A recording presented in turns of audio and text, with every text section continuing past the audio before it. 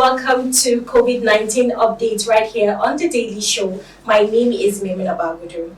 Now, the viral pandemic known as coronavirus, COVID-19, is one virus that is affecting the world right now. The virus is also in our country, Nigeria, and a lot of people are scared about this very dangerous pandemic. Now, a lot of questions have been springing up from citizens asking questions concerning this virus, how well the federal government has have been able to curb this virus, using protective measures and a whole lot. So on today's episode of The Daily Show, we have a special interview with COVID-19 FCT committee. Now, this committee is set by the FCT minister in sensitizing the citizens concerning COVID-19. I have three huge guests with me here in the studio. They are members of this committee and they'll be doing justice to a lot of questions we'll be asking on today's episode of COVID-19 update. I have Haja Medina Dauda, who is a journalist, a very popular person. I also have Alhaji Ibrahim Modibo, he's also a journalist and also popular too. And lastly, I have Mr. Jibrin Baba Indache. He is a defense and security editor with Blueprint newspaper. You're welcome. It's a pleasure. Thank you. Thank you so much for coming. Thank you. First of all, let me start with Haja Medina because she is the woman in the midst of the whole guest. So we're not trying to be gender sensitive here, but hey, like you all know, ladies first. So Haja Medina, a COVID-19 FCT committee has been set by the FCT government. It's a very good initiative. I was super excited for this. Now, this committee is set in order to sensitize the citizens of the FCT. Everybody's scared about the whole COVID-19 thing. So, Haja, kindly educate us on the duties of the committee. For our viewers to know what's happening in the FCT. We're concentrating more on the FCT. Okay, you already told them a little bit of what this committee is all about. We are to sensitize, we are to create awareness on the activities of the FCT administration in terms of trying to curtail the spread of COVID-19.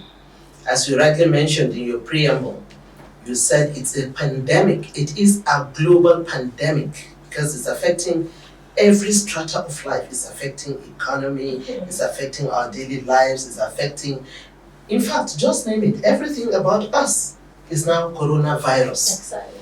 So that alone is creating a lot of anxiety in people. First and foremost, it is a strange kind of virus that nobody has ever heard of. Then it now crept into our lives and started by destroying lives instantly like that. People are already scared. Some people, I'm telling you the truth, the fear of coronavirus alone makes them sick. Because they now start feeling like, wow, I had a headache yesterday. Could it be a symptom of coronavirus? I'm already having sore throat. Is this a symptom of coronavirus? I have this mild fever. Is this a symptom of coronavirus? People are scared. So we are here to take that fear out of your system. To tell you that coronavirus, yes, it's a world pandemic right now, but don't be too scared of it. It's nothing to be scared of. It kills, okay? Yes, it kills.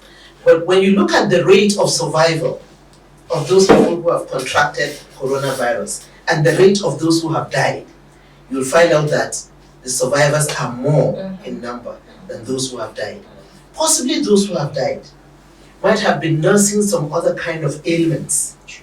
And then by the time they get infected with coronavirus, it will now, escalate and become something else, and possibly they will end up losing their lives. But the truth is, coronavirus could kill, yes, but don't be too scared of it. As if as soon as you catch it, you'll just die. No. When you have some few of the symptoms that I just mentioned, there are toll-free numbers that have been put in place by the NCDC. And you could call those numbers and then tell them how you feel. They could come to you and possibly check your condition. If they are not satisfied, then they now ship you to the hospital where they will do a thorough test on you and find out if you already have the virus. Just these few symptoms could even be minor cold, you know. Some people catch flu. Some people, if you're like me, that is allergic to most of the things, I used to have sinuses. Doctors call it sinusitis, but we shortened it to sinuses. Yes. You sneeze a lot, you know, you could cough, you could have itchy throats. All of these symptoms, that they also happen in coronavirus. But that does not mean that you already are infected with coronavirus. So we're trying to do much of that, sensitizing people, creating awareness, and telling them too that don't go about believing everything you see or read on social media about coronavirus. Coronavirus right now, as you and I are speaking in this studio, does not have a cure. But there are other ways that qualified doctors have told us on how to build our immunity. Take a lot of fruits, a lot of vegetables, a lot of vitamin C, a lot of that. And again, learn to be hygienic. Now that you are staying at home 24/7. If you go out of your living room to the backyard or to the compound or to the balcony 10 times, as you come into the living room, wash your hands 10 times. So let me allow my colleagues to say something. You see, she's so tender enough. You're just allowing her to take all the time. I was enjoying every bit of it. She was just laughing, you know. I was enjoying every bit of it. So Alhaji Ibrahim Umodibo, in line with what Haja Medina has said, do you have any other educative and interesting guidelines for us on COVID-19? She has virtually covered everything that anybody In does. such a short time? Yes, so Actually, she's covered everything.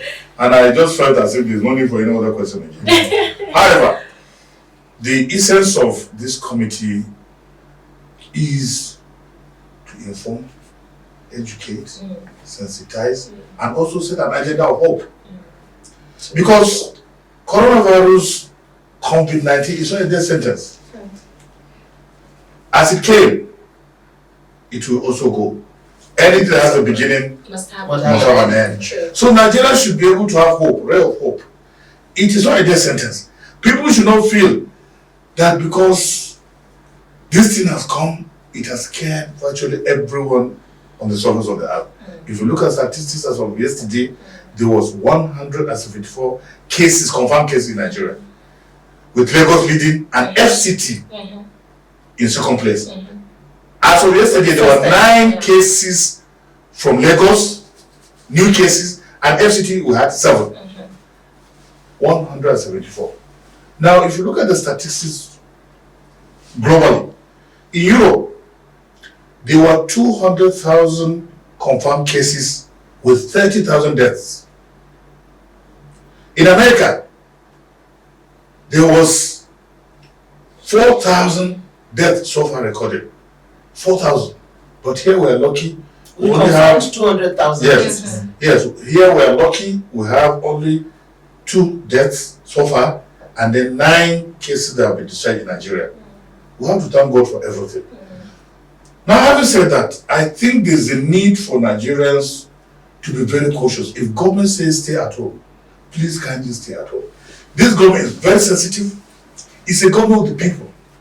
When Mr. President came on board, he had this patriotic and nationalistic intervention in the process of good governance. And he feels that the people of Nigeria should benefit from experiences he had gathered, including the economy, tying to the health, the education sector, and almost everything. Look at security, fighting corruption. It's all to the benefit of Nigerians.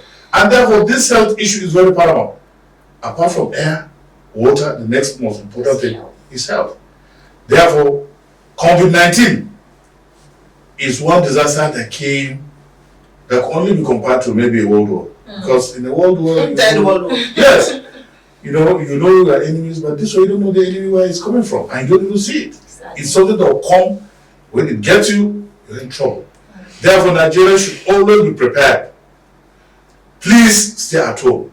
Give spacing, wash your hands hygienically as you stated. Do everything you think you can to make sure that you nip in the bud all the problems associated with coronavirus. Let me allow my colleague. Yes. Mr. Jibril? Yeah, Marlon Jibril. Marlon Jibril, okay. So, Alhaji Ibrahim has given you, the, how do I put it, to add up to what he has said. Well, I think everything has been said. Mine is just to re-echo some of the issues that they both Haja highlighted. I think it's very important to add that this is a global challenge which has national implication and now domestic implication, because this is the first time that the world has been locked down and we're seeing new words, lock in, lockdown, and all of that. For the first time, the earth has forced itself to rest and we're all locked in. One, we have to, as citizens, be patriotic. This is the time for us to confront this common enemy as Nigerians. Put aside our differences, religion, political, whatever different, because coronavirus does not differentiate. Does not respect. Does not respect age, gender, status, whatever. Because within the directive that have been given, you had even the Mr. President's speech, specific directive was given to Minister of FCT as one of the city center. And the minister has the status of one like a governor of this. So our responsibility, as they have said, is to ensure that, because within this period, this lockdown is also causing anxiety. People are a bit challenged and they feel that they are locked down, and therefore there is a need for us as citizens to support government. You see the security agency on the street. So Medina, based on the NCDC report on COVID-19, the Federal Capital Territory has recorded 7 new cases. And now we have a COVID-19 FCT committee. So what measures have been put in place, using the COVID-19 FCT committee to curb this virus in the FCT? Well, it's a good question, yes, but the truth is, we are just supposed to enlighten, educate, and sensitize the FCT people on what to do to protect themselves and their families. And we have resolved that we're going to do that in all the languages spoken within the FCT. We have the English, Hausa, all the languages, Nupe, Bagi, Ibira, Koto, Yoruba, Igbo. So we're going to do all the jingles in these languages, because that Abuja is mini Nigeria, because you have all tribes here in Abuja. And that is another way in enlightening the people about what to do to prevent themselves and their families from catching this dreaded disease that has, rendered everybody incapacitated. People are locked down in their homes globally, not just Nigeria. Now, the number of people infected within the FCT that you just mentioned is really scary. Earlier on, we heard that the index person that came in with this disease is an Italian that lives and works in Nigeria. He went home and came back with it. And then we thought it's going to remain there, so that by the time he's being quarantined and taken care of, gradually we learned that he was getting better and he was even discharged after about some 2-3 weeks. So we had hope that the disease is not going to trickle down to other parts of the country. But unfortunately, our hopes are shattered that it is now here and with us. So we only need to, as everyone would say, obey simple rules and regulations of hygiene. And not just those regulations of hygiene. You watch now what you eat as a person. If you are the type that is already old and frail, you know it that you'll not, just be eating anything.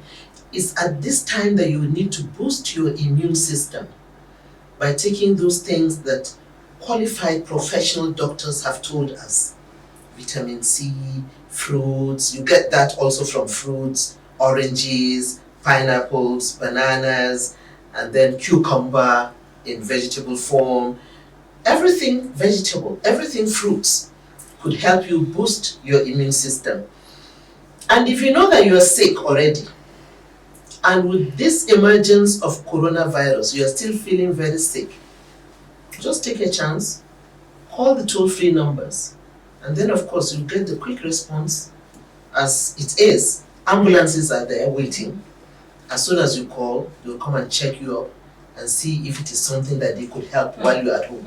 If it needs taking you to the hospital, all good, they will take you to the hospital. That's a very good one. Ibrahim Modibo, I wanted to talk about, we have suburb areas in the FCT, we have area councils, and then we have people that are not really enlightened or aware of course they know COVID-19 is in town or is all over the world, but they don't have enough information, the in-depth about this COVID-19. So I want to talk about these suburb areas and the area councils. Now the FCT committee covers those suburb areas as well. Do you do? Yes. We must commend the media. Okay. Because media is power. The media has performed its historical duty of informing, educating, and also sensitizing the public. If you look at the way and manner the media has brought up this issue of coronavirus, never in the history of this country have we had such a massive and monumental attack of a pandemic or epidemic that came to the fore like this. Now, as Ajay Medina Dauda rightly stated, the FCT knows full well that it encompasses the rural populace. The government in its wisdom, the FCT minister who decided to appoint the former FCT minister, Dr. Ali Modibo, to head this committee, has vision and mission. The vision is that he knew for sure that this man has been a grassroots man. He has known the nooks and crannies of the FCT. And therefore that appointment was never accidental, based on the fact that he has adequate knowledge of the area, the topography, the language structure, the way the people behave, everything. Now he decided to form this committee. So what we're doing as a committee now under the media platform is to bring up jingles, to bring up discussion programs, to bring up so many things, including even using town criers and this is where possible, so as to sensitize the people in their local languages. We want to take this war or this crusade to the doorsteps of the people. We want to make sure that the people of the FCT are well informed. Now the media as a major source of information. If you look at this, nobody doesn't have a radio now. Although we know it well, in the north, there's no other northerner, especially even if you're from the grassroots, that doesn't have a radio, because radio doesn't need electricity. It only need battery. If you buy a battery of 50 naira or 100, that's all, and it will take you for months. So people have radio, they are very close to radio, and therefore at the rural populace, the way and manner the media has been able to pick up the gauntlet in this crusade against COVID-19 is so impressive that the FCT has decided to bring up people that were tested and trusted, and people with credibility in the media and industry, and people that will be able to deliver, to talk on this thing, to form a committee so as to go to rural populaces and then using the jingles, if possible, go to rural populaces and then talk in the language of people they understand. So I strongly believe that I have to stop here and then allow my colleague Jibril, I'm sure as a grassroots person, he knows the areas very well. Exactly. Okay, so we'll come to you, Jibril, since you're a defense and security editor with the Blueprint newspaper. We have questions to ask you based on the security in the FCT, but I'll still go back to Medina. You made mention of a lot of food boosters that we can eat, to take care of our immune systems and all that. Now, I'm still going to the grassroots. Okay. Sorry, the rural area, because Yes. honestly speaking, there are a lot of people that are having issues, having access to these things, maybe based on their status and their level and when they are, where we all understand that. So now, with the help of the FCT committee, we had a palliative for the vulnerable people in the FCT Yes. have been, put in place.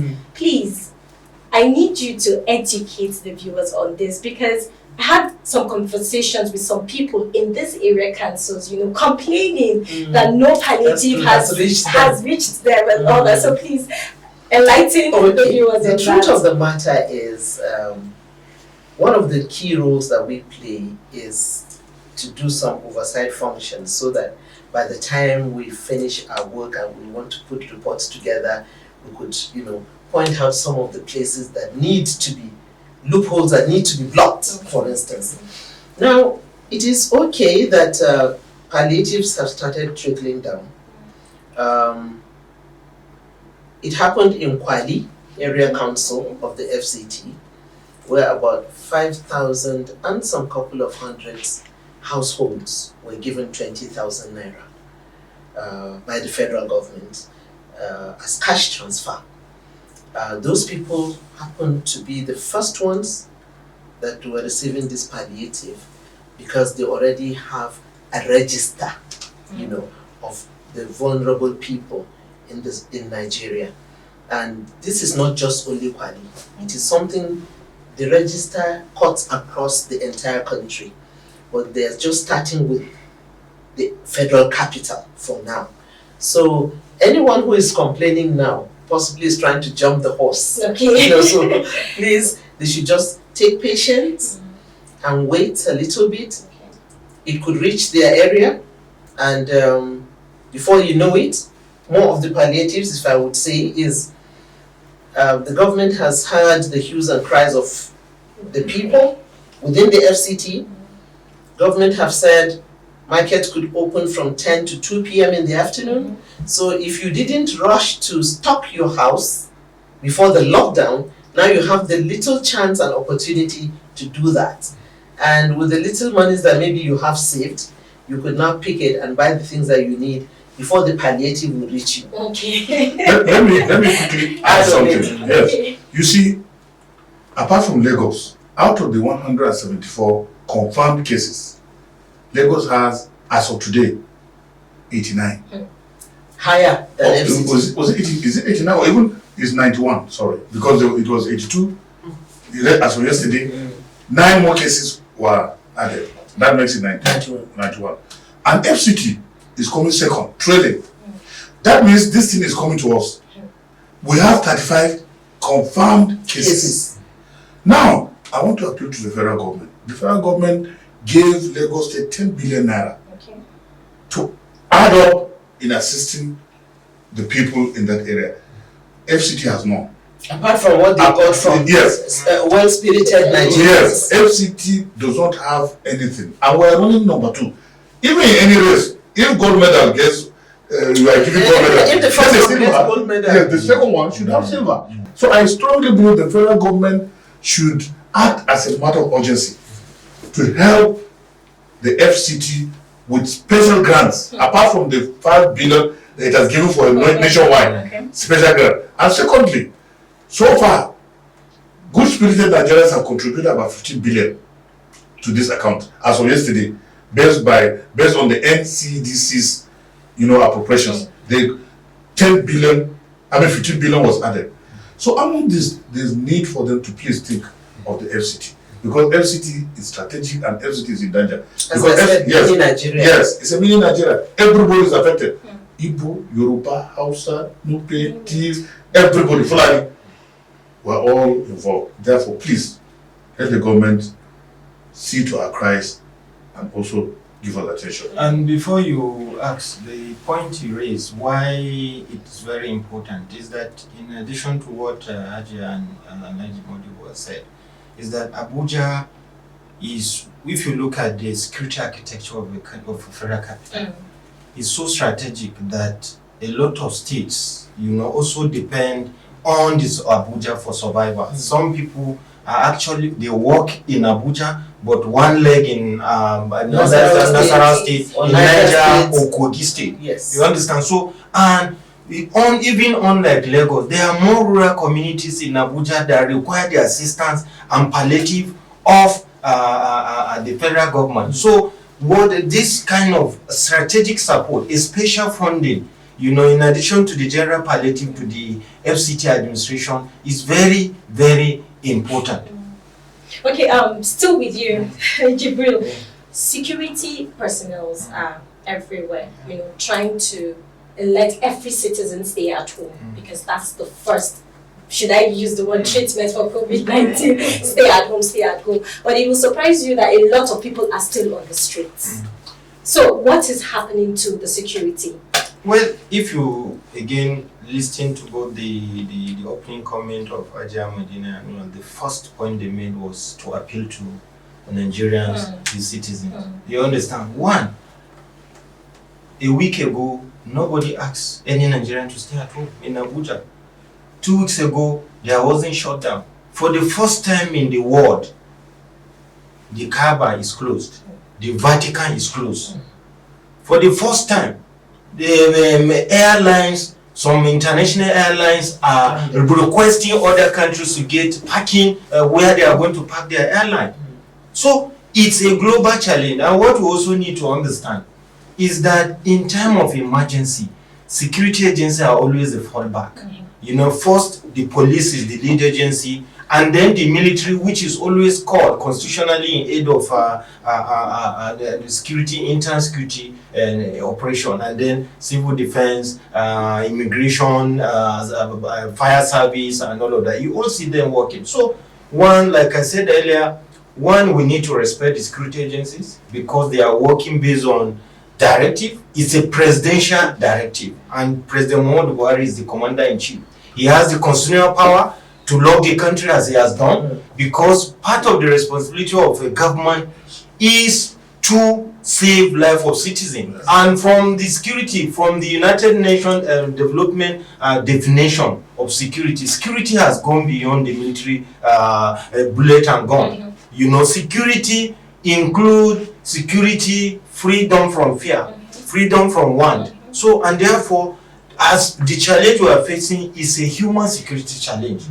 And therefore, based on the directive of Mr. President, he's trying to use a preventive measure to save life of our citizens. So I want to use the opportunity to call on all Nigerians, especially those residents in Abuja, those residents in areas like Karu, that maybe one leg part of Nasarawa, but they should respect the law by the federal government. Those in Niger State that are also like one leg in, one leg out in Kogi State, please, this is momentary. This is going just to save our life. And I also call on security agencies, like I said before, that they need to work in a civilized and professional manner.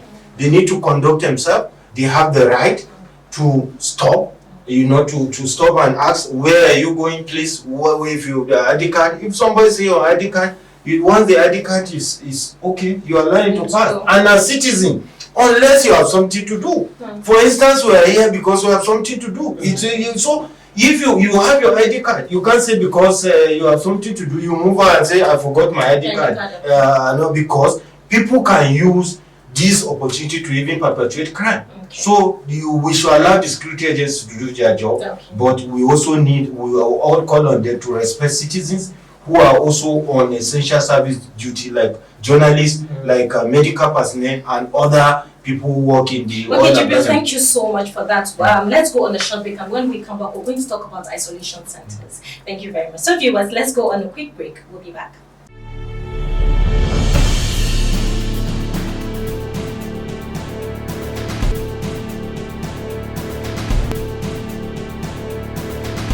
Welcome back. If you're just joining us, this is the Daily Show right here on Tozali TV, and today we're having a special interview section with COVID-19 FCT committee. They are here to educate us. Still with Medina. I'm sorry, but still with Medina. I want us to talk about isolation. Yes, you stated your line, your gender sensitive. And of course, that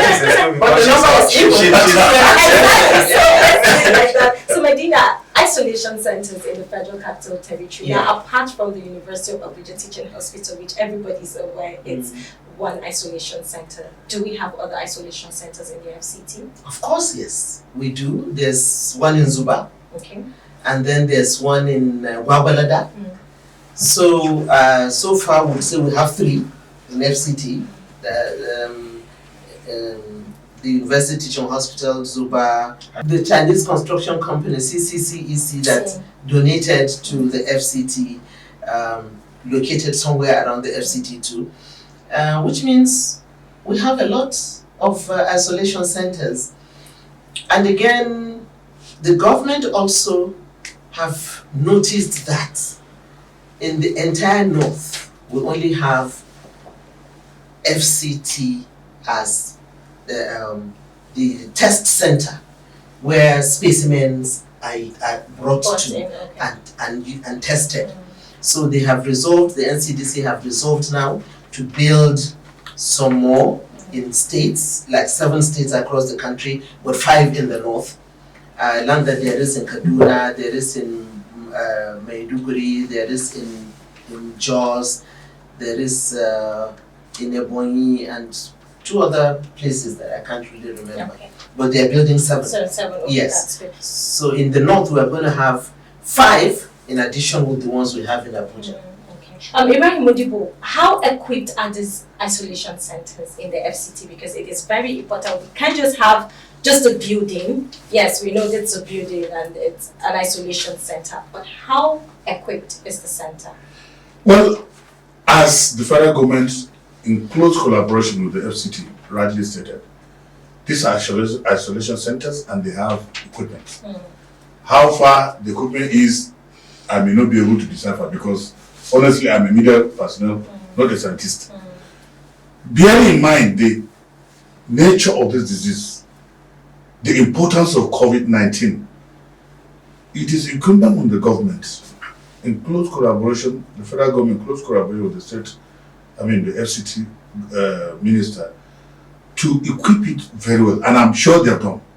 But since it's a committee from the FCT, yes, I think some investigations should be done, visits to the isolation centers and check, because I know the committee, it's still part of that area, we really know that they already have equipment to use in conducting the series of tests. yes. They have ambulances that could answer to urgent calls. Exactly. So immediately, those are the things that are really required. Okay, so thank you very much. So before we end it, we're going to end it with you with mobility and logistics. Yes, with mobility and logistics in the Federal Capital Territory. So how has the FCT government, been able to provide mobility? It is very important because you get to find out that there are certain people that are affected or infected with COVID-19, but then they cannot move from their residence to the isolation centers, maybe due to some reasons. So how has the FCT government been able to? I think that is not possible. Okay. Based on global best practices which Nigeria is key into and which has been earlier amplified by my senior colleagues, there is even no need for that because there is a free toll line which is made available, and once you call that line, all logistic time of movement is taken off you. So that at all there is no cases, because one, the advice is that once you notice that you have any symptom that is close to that of COVID-19, you should call this toll line rather than taking yourself, because one, by doing that, you're exposing your family, you're exposing your friends, you're exposing the entire public to that danger of food. So you allow the National Center for Disease Control to do its work in collaboration with the federal capital. And let me quickly add to what my colleague has said. You should also know and let the public know that part of the the larger committee include the medical committee, which is in charge to ensure they go around to ensure that all the facilities are in place, but also to ensure that those who are responsible to work also do their work, their place of work. So these centers are not just there and they are not left just to FCTs. Other monitoring is ongoing in addition to the minister and his own minister of state also going around to ensure that things are done done right. Thank you very much, sir, for that. Thank you all for coming. And lastly, just in summary, any word of advice to the FCT residents? What advice do you have for them? Or Nigerians generally, based on this COVID-19 issue? Well, the advice is always obey simple rules, obey simple hygiene rules in your homes. Make sure that, as I rightly pointed out earlier, anytime you go out and you come back in, make sure you wash your hands. In fact, you can even wash your feet if you like, because it's part of keeping safe, and keep to yourself. Observe the distance, self-distancing rules.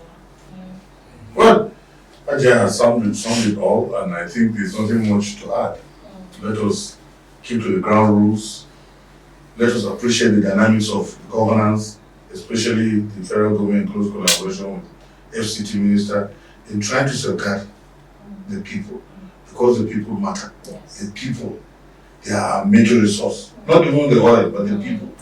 Very paramount. In sub-Saharan Africa, we're the largest, the strongest, the most dynamic, and the most powerful. May God help Nigeria. Well, as a country, we're supposed to lead by example. We're a giant of Africa, so we expect to spread and show that leadership. But in addition, let me say that this is a time to show love.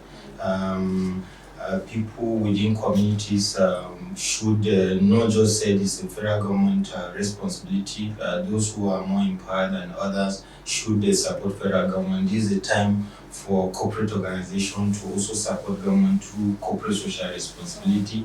And I want to say finally that this is the time for us to imbibe the global best practices of citizens showing respect to journalists, to other people who are involved in very essential services during this emergency. I'm talking about the security, the health workers, and others who do all this job. This is the time for us to show respect and love and share love within community.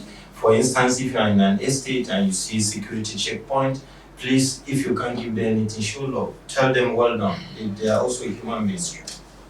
Thank you so much, sir. So viewers, you've heard it all from the COVID-19 FCT committee. I hope all your questions have been answered, but if you still have more questions, all you have to do is send us a text message by the numbers displaying on your screen, or kindly send us an email on tozalimagazine@gmail.com. We're still in the Daily Show. We're going back to the studio for more interesting features. Bye-bye.